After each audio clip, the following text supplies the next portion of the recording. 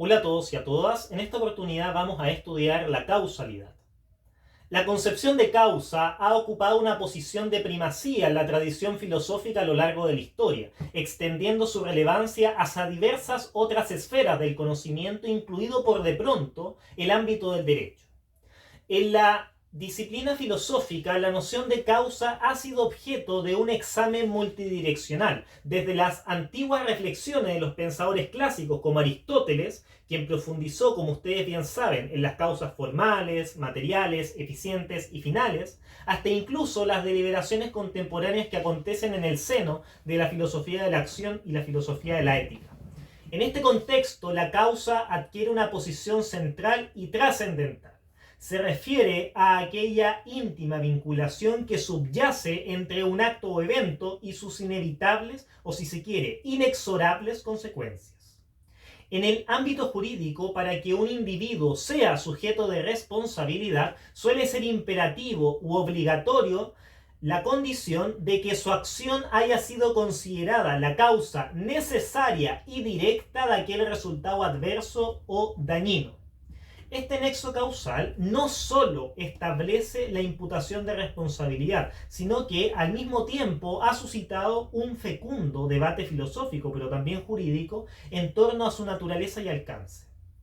Ahora bien, en el contexto específico de la responsabilidad civil, el planteamiento de la causa se relaciona con la imperiosa búsqueda de una fundamentación o justificación que permita atribuir la responsabilidad a un individuo o entidad en relación con eventos o daños particulares. Este ejercicio, en cierto modo intelectual, se orienta, por lo tanto, hacia la dilucidación de cuáles actos o condiciones han propiciado el resultado perjudicial y si esa causalidad ostenta o no la suficiencia necesaria para fundamentar la imposición de la responsabilidad civil. Ahora bien, en términos generales, desde el prisma de la responsabilidad civil, podemos comprender a la causalidad como aquel vínculo que conecta, o si se quiere, enlaza un hecho con un resultado, de modo que el resultado, disculpen, se presenta de manera lógica como una consecuencia necesaria y directa del hecho. Lo repito, en materia de responsabilidad civil, a la causalidad la podemos comprender, la podemos entender como aquel vínculo que enlaza un hecho con un resultado, y el resultado se presenta de manera lógica como la consecuencia directa y necesaria del hecho. En el ámbito del derecho civil, el requisito de la causalidad, por lo tanto, se refiere específicamente a la relación existente entre un hecho ilícito civil, que bien puede revestir la forma de delito o de cuasi delito civil, y el daño que aquel hecho ilícito provoca. Es importante destacar que, si bien es cierto, el Código Civil no establece de forma explícita el requisito de la causalidad en relación con la responsabilidad civil, este elemento puede ser inferido implícitamente a través de diversas normas y disposiciones legales. Un ejemplo de ello es posible identificarlo en el primer artículo del libro cuarto del Código Civil sobre las obligaciones en general y los contratos, el artículo 1437, que, como ustedes bien saben, enumera las fuentes de las obligaciones. El Código señala en este artículo que dentro de las fuentes de las obligaciones se incluyen aquellas obligaciones que surgen como consecuencia, y eso es importante subrayarlo, esa expresión, como consecuencia de un hecho que ha inferido injuria o daño a otra persona, como lo es en el caso de los delitos y cuasi delitos civiles. Bien, ahora, el análisis del elemento causalidad dentro del esquema de la responsabilidad civil supone la satisfacción de dos grandes presupuestos o elementos. Por un lado, se debe cumplir un elemento naturalístico consistente en que el daño determinado sea consecuencia necesaria de un hecho. Entonces, por un lado, tenemos que cumplir con el elemento naturalístico que pueden observar aquí al comienzo de la pizarra, algo que en el derecho anglosajón se conoce como la causation in fact, que consiste en que el daño determinado debe ser consecuencia necesaria de un hecho o de una conducta voluntaria. Y en segundo lugar, tenemos el elemento normativo, que se conoce en el derecho comparado, en el derecho anglosajón particularmente, como la causation in law, y consiste en que un determinado daño sea consecuencia directa de un hecho. Si se fijan entonces, para que exista responsabilidad civil es necesario que el daño sea consecuencia necesaria y directa de la conducta voluntaria de la gente. Esta es la conclusión que ustedes deben retener, digamos, ahora en primera instancia. Para que haya responsabilidad civil es necesario, resulta, digamos, inexorable, resulta, digamos, particularmente obligatorio que el daño sea consecuencia necesaria por un lado y por el otro directa de la conducta voluntaria de la gente. Cuando hablemos de la consecuencia necesaria nos estaremos refiriendo al elemento naturalístico de la causalidad, mientras que cuando nos refiramos a la consecuencia directa nos estaremos refiriendo por lo tanto al elemento normativo de la causalidad. Comencemos en primer lugar con el elemento naturalístico, es decir, el hecho como condición necesaria del daño. Tradicionalmente, la doctrina y también la jurisprudencia han estimado suficiente para dar por acreditada la causalidad que el hecho sea una condición necesaria del daño. Por lo tanto, ese hecho de no haberse producido, no se habría producido en consecuencia el daño. Esta doctrina, la que le da, digamos, fundamento al elemento naturalístico, se conoce como la teoría de la equivalencia de las condiciones. La teoría de la equivalencia de las condiciones, que tuvo sus primeros desarrollos por parte del jurista alemán Maximiliano von Bury en la década de 1860, propugna la igualdad de todos y absolutamente todos los antecedentes que contribuyen a la producción del resultado. Según esta teoría, no se establecen en caso alguno diferencias ni jerarquías entre los antecedentes del resultado. Todos ellos, todos y cada uno de los antecedentes se consideran equivalentes en su capacidad para generar el hecho, el resultado. En esencia, cada uno de estos antecedentes debe ser considerado como una condictio sine qua non, es decir, una condición sin la cual el resultado no habría tenido en caso alguno lugar. Ahora, la singularidad de esta teoría radica en su afirmación de que cada condición es causa de todas las consecuencias, de modo que si una de esas condiciones es eliminada, el resultado debiese también desaparecer por completo. En otras palabras, la teoría de la equivalencia de las condiciones coloca a todos los antecedentes en un mismo plano de igual importancia causal, sin importar cuál de ellos tenga una relevancia causal más destacada en relación con el resto. El filósofo inglés John Stuart Mill señalaba en su libro Un sistema de lógica lo siguiente: el enunciado de la causa es incompleto si de un modo u otro no introducimos en él todas las condiciones. De allí que la suma total de las fuerzas que han intervenido de algún modo en la producción del fenómeno debe ser considerado como causa de este fenómeno. El utilitarista John Stuart Mill señala, digamos, la esencia de este sistema. Lo repito nuevamente. Abro comillas. El enunciado de la causa es incompleto si de un modo u otro no introducimos en él todas las condiciones. De allí que la suma total de las fuerzas que han intervenido de algún modo en la producción del fenómeno debe ser considerado como causa de este fenómeno. Por su parte, el filósofo de la Ilustración escocesa David Hume, en el mismo sentido, en su libro sobre la investigación sobre el entendimiento humano, señaló lo siguiente. Dice David Hume: podemos definir una causa como un objeto seguido de otro y donde todos los objetos similares al primero van seguidos de objetos similares al segundo.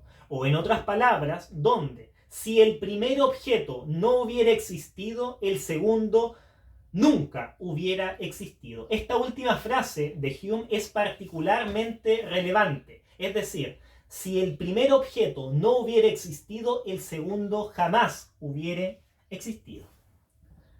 Bien, la teoría de la equivalencia de las condiciones, en resumen, sostiene la premisa de que cada circunstancia que contribuye al acontecimiento de un resultado debe ser considerado causal para dicho resultado, independientemente de la ponderación o relevancia relativa de dichas circunstancias.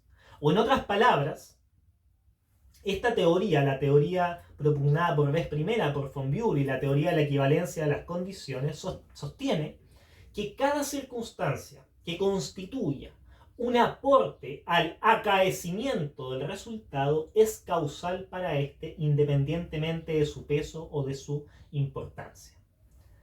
Ahora, bajo el amparo de esta teoría, el proceso que se le debe imponer al juez para discernir la existencia o ausencia de un nexo causal necesario se materializa a través de la famosa fórmula de la supresión mental hipotética. La fórmula de la supresión mental hipotética que la ven explícita, digamos, en la parte superior de la pizarra. De esta fórmula, de la fórmula de la supresión mental hipotética, se pueden derivar dos posibles escenarios. El primer escenario es el siguiente. Si mediante un ejercicio mental hipotético se elimina la consideración del hecho X y el resultado correspondiente desaparece por completo, se debe concluir que el hecho X es efectivamente causal para el resultado en cuestión. Lo repito. Si eliminamos el hecho X y el resultado desaparece, el hecho X es causa del resultado. Ahora, en contraste, la segunda derivación.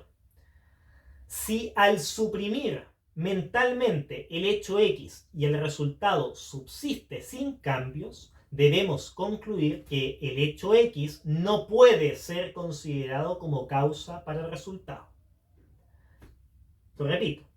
La segunda derivación es que si eliminamos el hecho X y el resultado no desaparece, el hecho X no es causa para el resultado. Bien, para ilustrar esto, consideremos los siguientes escenarios hipotéticos. En primer lugar, imaginemos un accidente en el que la casa de Sofía se incendia como resultado de un hecho específico. ¿Y cuál es ese hecho específico?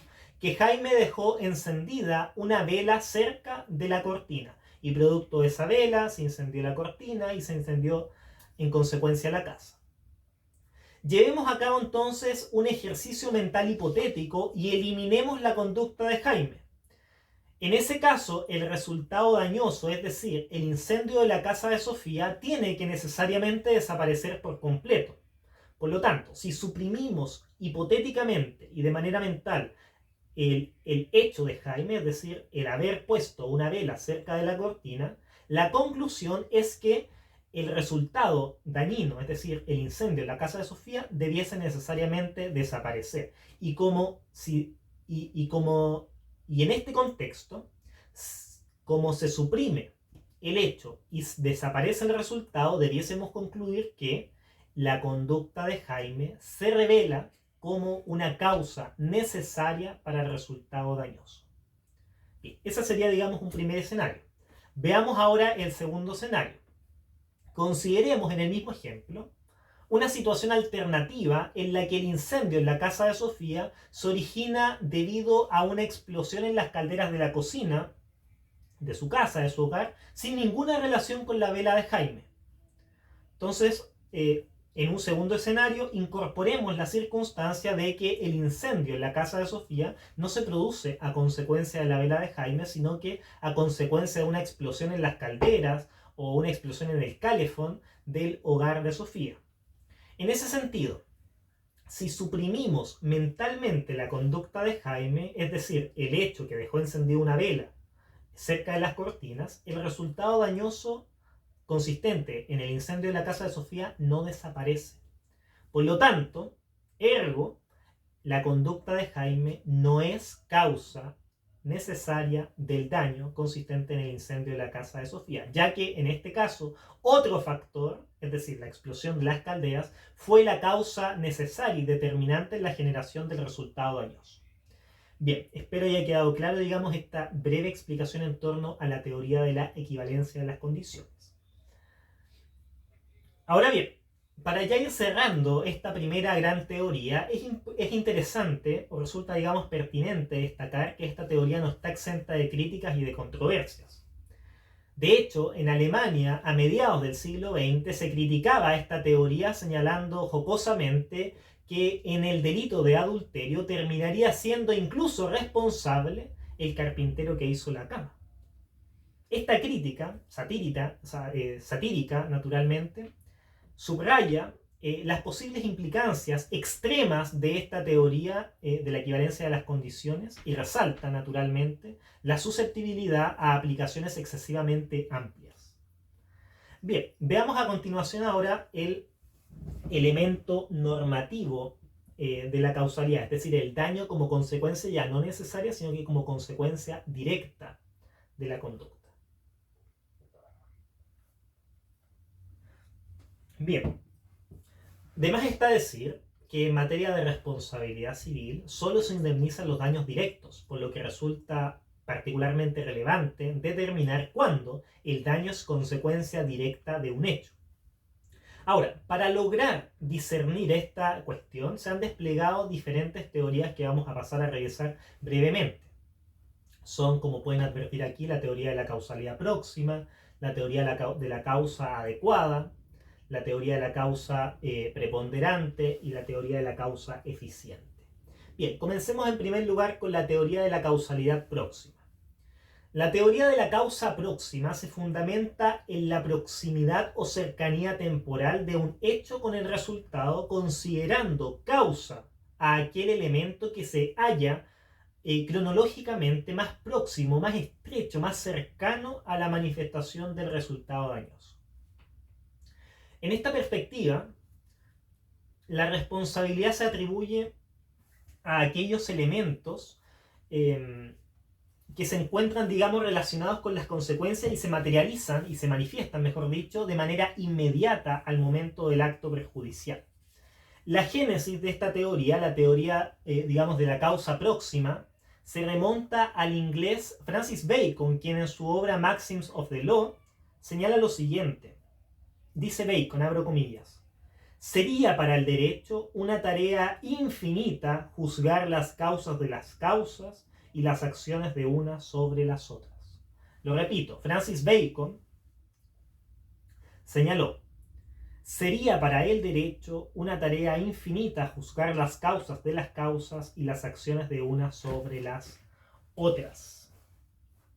Bien, desde esta perspectiva, la perspectiva, digamos, que sostiene la teoría de la causalidad próxima, se arguye o se afirma que la responsabilidad civil debe necesariamente recaer en el hecho que actúa como causa próxima, descartando todas aquellas causas que se encuentren más alejadas o más remotas en la secuencia de eventos.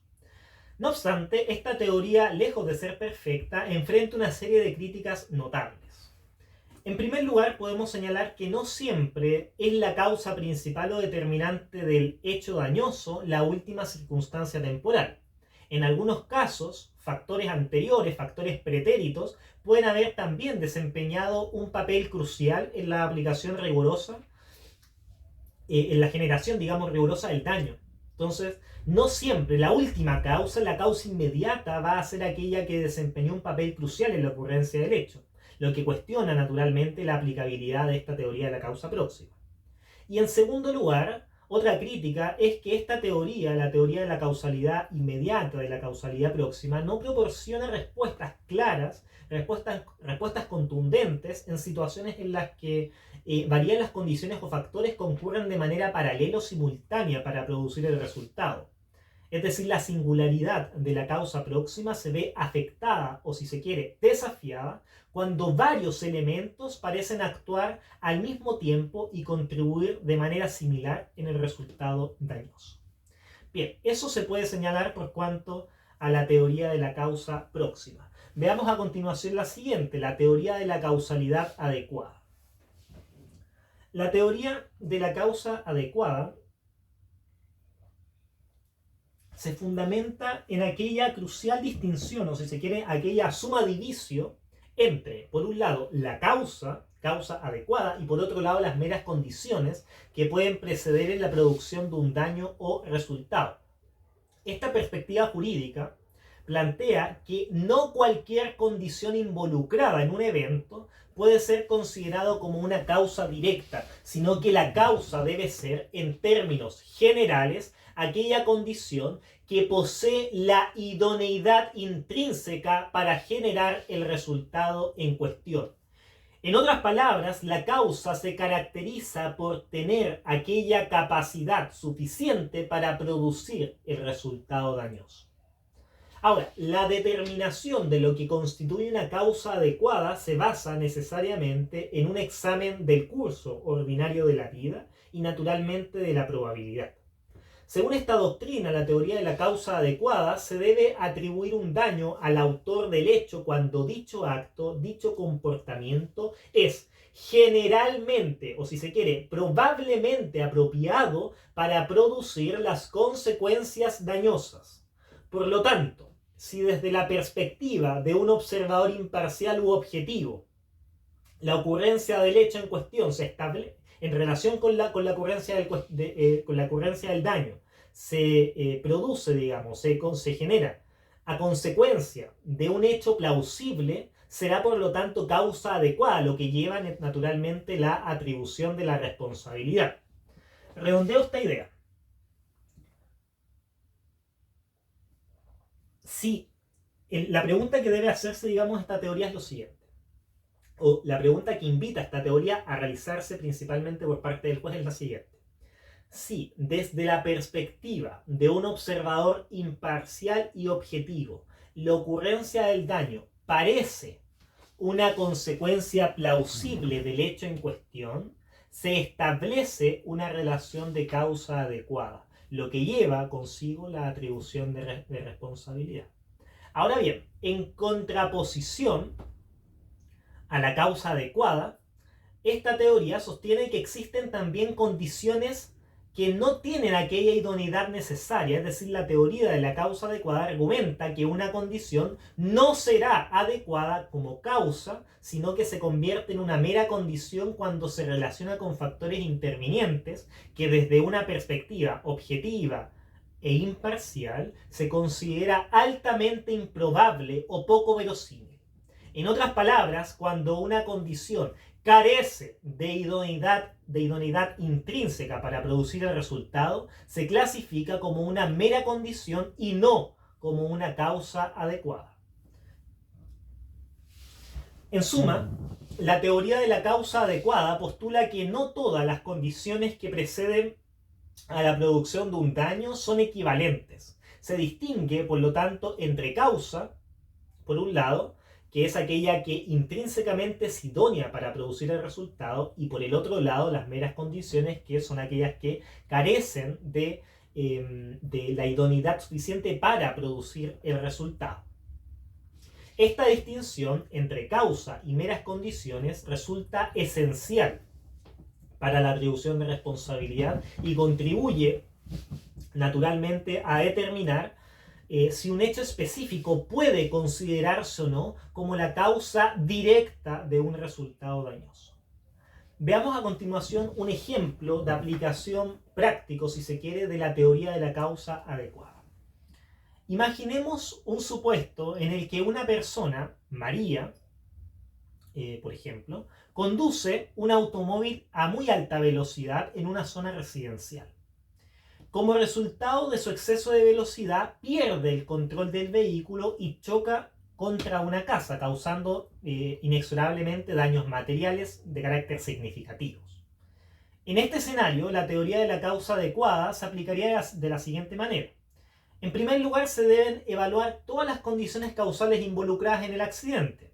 Estas condiciones incluyen, por ejemplo, el exceso de velocidad de María y el choque con la casa, naturalmente. Luego, se debe realizar un análisis basado en el curso ordinario de la vida y la probabilidad. Por lo tanto, es necesario preguntarse si el exceso de velocidad de María es idóneo o no en circunstancias normales para causar el resultado. Y el resultado, como ya dije, es el choque, la colisión en contra de la casa. Y en tercer lugar, desde la perspectiva de un observador objetivo, de un observador imparcial, se debe considerar que el exceso de velocidad de María es altamente probable, o si se quiere, es una causa adecuada del choque en contra de la casa. Conducir a alta velocidad en una zona residencial aumenta significativamente el riesgo de accidentes, incluyendo la posibilidad, y mejor dicho, la probabilidad de perder el control del vehículo, y por lo tanto el exceso de velocidad de María se considera una causa adecuada y no una mera condición, digamos, en el sentido de que tenía la idoneidad suficiente para producir la consecuencia dañosa o adversa. Bien, eso por cuanto a la teoría de la causa adecuada. Veamos a continuación la teoría de la causalidad preponderante. La teoría de la causalidad preponderante. Bien, en el ámbito del derecho, la teoría de la causalidad o de la causa preponderante emerge como una corriente de pensamiento que se enfoca en una evaluación cuantitativa de los elementos causales que concurren en la producción de un daño o resultado específico. Esta teoría, la teoría de la causa preponderante, sostiene que la causa del daño puede identificarse como la condición que, dentro de una compleja red de factores favorables y desfavorables, ejerce una influencia preponderante, desequilibrando, por lo tanto, la balanza hacia la producción de resultados. Lo repito, bajo este prisma, bajo este marco conceptual, la causa, disculpen, se va a entender como aquella condición que, dentro de una compleja red de factores favorables y desfavorables, ejerce una influencia preponderante, una influencia particularmente relevante, desequilibrando, por lo tanto, la balanza hacia la producción del resultado.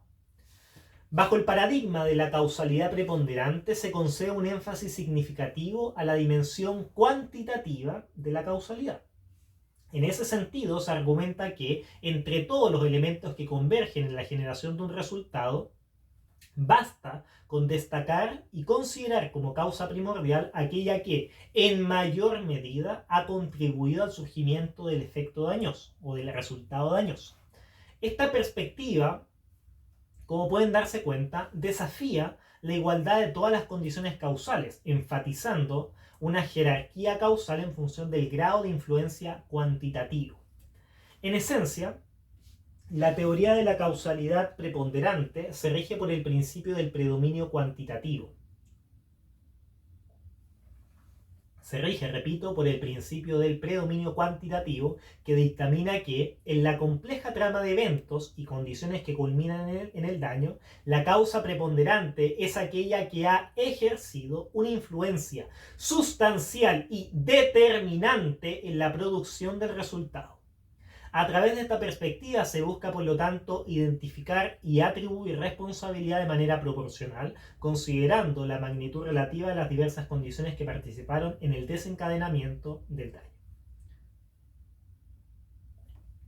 Veamos a continuación un ejemplo de aplicación de esta teoría de la causa preponderante. Supongamos un caso de responsabilidad en el que un edificio se derrumba durante una tormenta. Durante la investigación de este derrumbe se descubre que varias condiciones contribuyeron al colapso de este edificio, incluyendo, por un lado, una construcción deficiente, por el otro, una falta de mantenimiento adecuado y, en tercer lugar, vientos extremadamente fuertes. Se plantea, por lo tanto, la pregunta de quién es el responsable por estos daños. En este escenario, la teoría de la causalidad preponderante se aplicaría de la siguiente manera.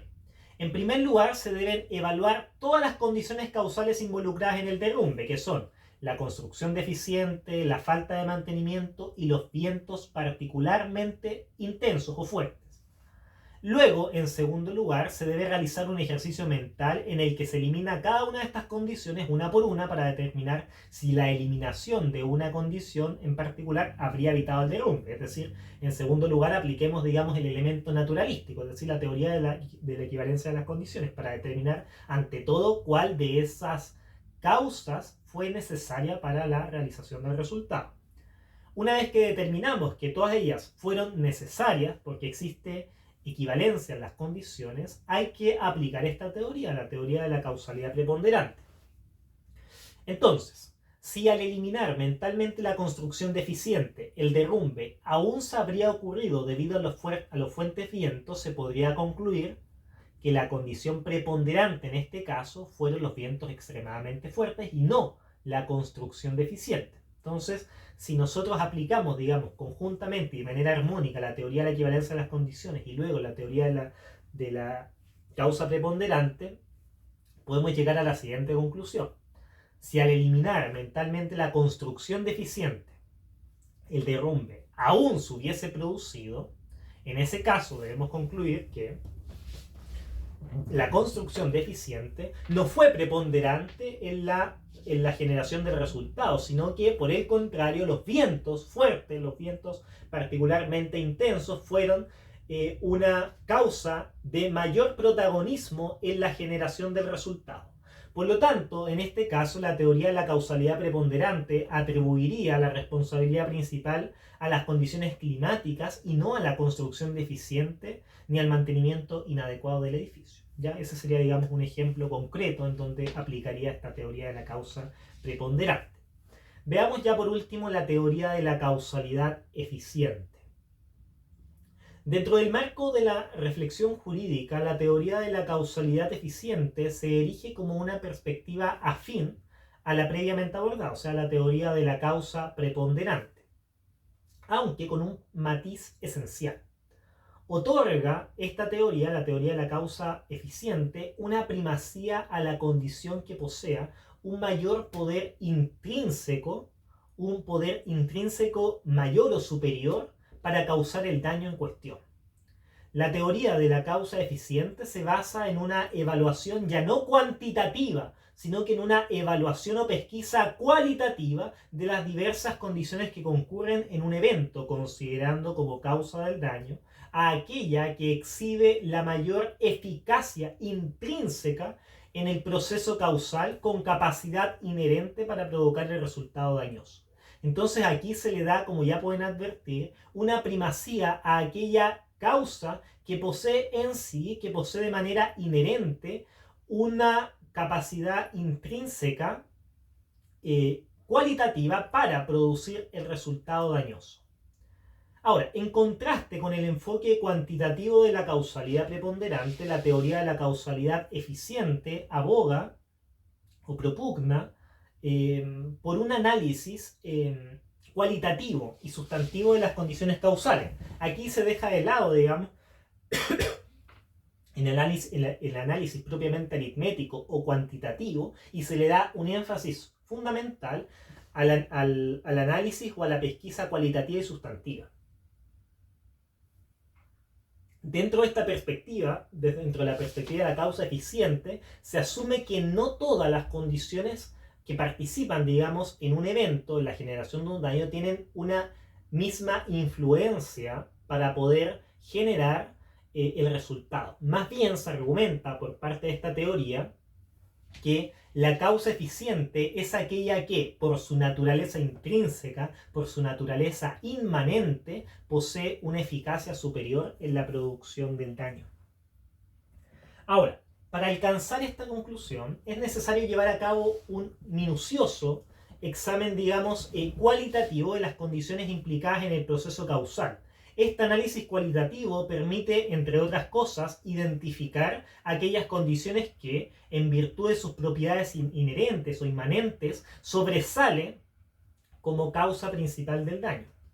En esencia, la teoría de la causalidad eficiente reconoce que algunas condiciones son inherentemente más eficaces en la producción de un resultado dañoso y, en consecuencia, merecen una consideración privilegiada en la atribución de responsabilidad.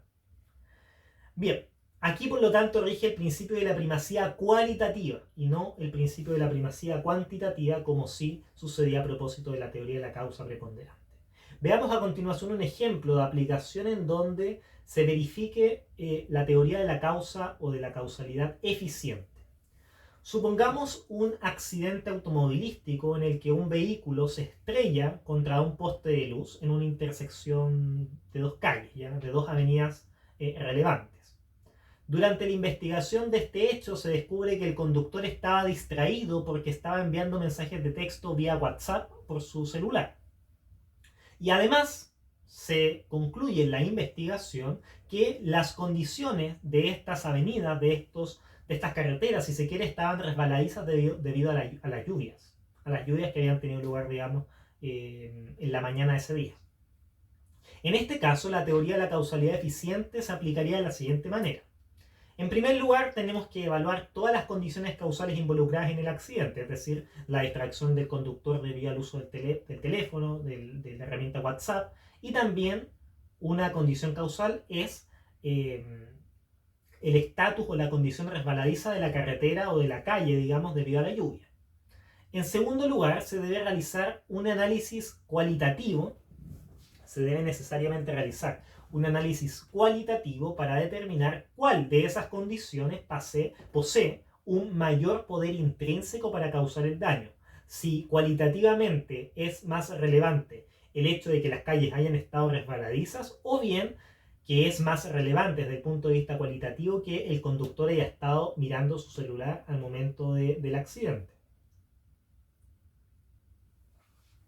Ahora, si se concluye que la distracción del conductor debido al uso del teléfono móvil fue la condición que tenía mayor eficacia intrínseca para causar el accidente, la teoría de la causalidad eficiente atribuiría la responsabilidad principal no al hecho de que la carretera haya estado mojada, sino que al comportamiento distraído del conductor, considerándolo a ese comportamiento como la causa eficiente del accidente. Bien, eso por cuanto, digamos, a los elementos de la causalidad. Repito, para que haya lugar a la responsabilidad se debe satisfacer el requisito del nexo causal. Y para que haya nexo causal es necesario que el daño sea consecuencia directa y necesaria de la conducta voluntaria de la gente. Para preguntarnos, para cuestionarnos cuándo un daño es consecuencia necesaria del hecho, hay que aplicar el elemento naturalístico o la teoría de la equivalencia de las condiciones. Y por el otro lado, para preguntarnos si el daño es consecuencia directa del comportamiento de la gente, hay que aplicar alguna de las teorías que resuenan, ¿no?, a la sazón del elemento normativo o el elemento jurídico dentro de la causalidad. Bien, veamos a continuación el siguiente punto, la prueba de la causalidad. Bien, la prueba de la causalidad es una carga que recae esencialmente en el demandante en un procedimiento judicial. Esto aplicando, digamos, la regla general consagrada en el artículo 1698 del Código Civil. Por lo tanto, su tarea principal va a ser, digamos, demostrar la existencia, entre otras cosas, del nexo de causalidad empírica o causalidad natural entre el acto demandado y el daño sufrido. Esta causalidad empírica o natural implica que el acto del demandado fue una de las condiciones necesarias para la producción del daño. Ahora bien, el demandante, para poder llevar a cabo toda esta acreditación, va a tener a su disposición todos los medios de prueba que el legislador ha arbitrado, particularmente en el Código de Procedimiento Civil, como también algunas reminiscencias naturalmente en el Código Civil. Ahora, la carga de la prueba impuesta al demandante implica, por lo tanto, que es de resorte del demandante proporcionar evidencia sólida y convincente que lleve, digamos, a una suma convicción por parte del juez de que el acto del agente contribuyó de manera significativa a la ocurrencia del hecho, que la conducta del agente fue consecuencia, fue, digamos, el antecedente necesario del daño, que es la consecuencia que se está intentando resarcir o reparar. Bien, eso por cuanto a la prueba de la causalidad en términos muy sucintos, en términos muy escuetos. Veamos a continuación ya un último punto que dice relación con la calificación de la relación de causalidad. La calificación de la relación de causalidad plantea una importante pregunta en el contexto jurídico. ¿Es la relación de causalidad una cuestión de hecho o una cuestión de derecho? Este interrogante tiene una relevancia jurídica fundamental, ya que si se considera como una cuestión de hecho, la decisión del juez en esta materia no puede ser objeto de revisión mediante un recurso de casación en el fondo. Recuerden ustedes que el recurso de casación en el fondo es aquel acto jurídico procesal de impugnación, aquel recurso procesal extraordinario, mediante el cual la parte agraviada, por determinadas resoluciones, solicita la invalidación de una resolución por adolecer esta de infracción de ley que ha influido sustancialmente en lo dispositivo del fallo, y la competencia para el conocimiento de este recurso es privativa de la Corte Suprema.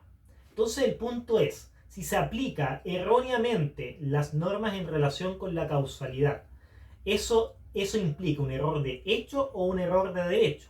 Porque si lo consideramos como un error de hecho, esa circunstancia no va a ser susceptible de revisión mediante un recurso de casación en el fondo. Por el contrario, si lo consideramos una equivocación, un elemento de derecho, la mala aplicación de las normas en torno a la causalidad implicaría un error de derecho susceptible de casación en el fondo. Ahora, la jurisprudencia en general ha mantenido tradicionalmente la opinión de que la determinación de la causalidad es una cuestión de hecho y como tal queda bajo la competencia exclusiva de los jueces que conocen el fondo del caso, el fondo del asunto, es decir, los jueces de instancia. Sin embargo, para una comprensión más precisa, resulta esencial distinguir entre estos dos elementos que componen la causalidad. Por un lado, el elemento naturalístico y por el otro, el elemento normativo. El elemento naturalístico, como ya lo mencionamos, ¿no? Se refiere a aquella causalidad como condición necesaria para la producción del daño. Necesaria para la producción del daño. Este aspecto se considera estrictamente como una cuestión de hecho y por lo tanto, si se equivoca, digamos, el juez en la determinación de la causalidad, en la causalidad natural, digamos, esta circunstancia no sería susceptible de ser revisada mediante un recurso de casación en el fondo. Por lo tanto, los jueces de instancia son aquellos encargados de analizar y determinar si el hecho en cuestión fue o no condición necesaria para provocar el daño. Solo si la cuestión fue necesaria, o sea, el daño fue a consecuencia necesaria del hecho, no si fue a consecuencia directa. Eso lo vamos a ver a continuación. Veamos ahora el daño, el elemento normativo, el elemento normativo, es decir, el hecho como el daño, como consecuencia directa del hecho. Esta parte de la causalidad se refiere a esa relación jurídica que establece que el daño es, como ya dije, consecuencia directa del hecho ilícito civil. Ahora, a diferencia del elemento naturalístico, la atribución normativa de la causalidad debe ser considerada necesariamente como una cuestión de derecho y por lo tanto debiese ser susceptible de revisión por parte de la Corte Suprema a través del recurso de casación en el fondo. Por lo tanto, para una comprensión, digamos, completa, holística y precisa de la calificación en torno a la causalidad, resulta preciso distinguir, por un lado, el elemento fáctico, el elemento naturalístico, y por otro lado, el elemento normativo. El elemento fáctico naturalístico se considera una cuestión propiamente de hecho y por lo tanto no es susceptible de casación en el fondo, mientras que el elemento normativo en la atribución de causalidad es en rigor un elemento de derecho y por lo tanto su infracción acarrearía consigo la posibilidad de que la parte agraviada solicite la revisión mediante el recurso de casación en el fondo. Bien, con esto entonces doy por concluido este video en torno al estudio sistemático de la causalidad como un presupuesto de la responsabilidad civil. Espero les haya servido esta explicación y nos vemos en una próxima oportunidad. Hasta pronto.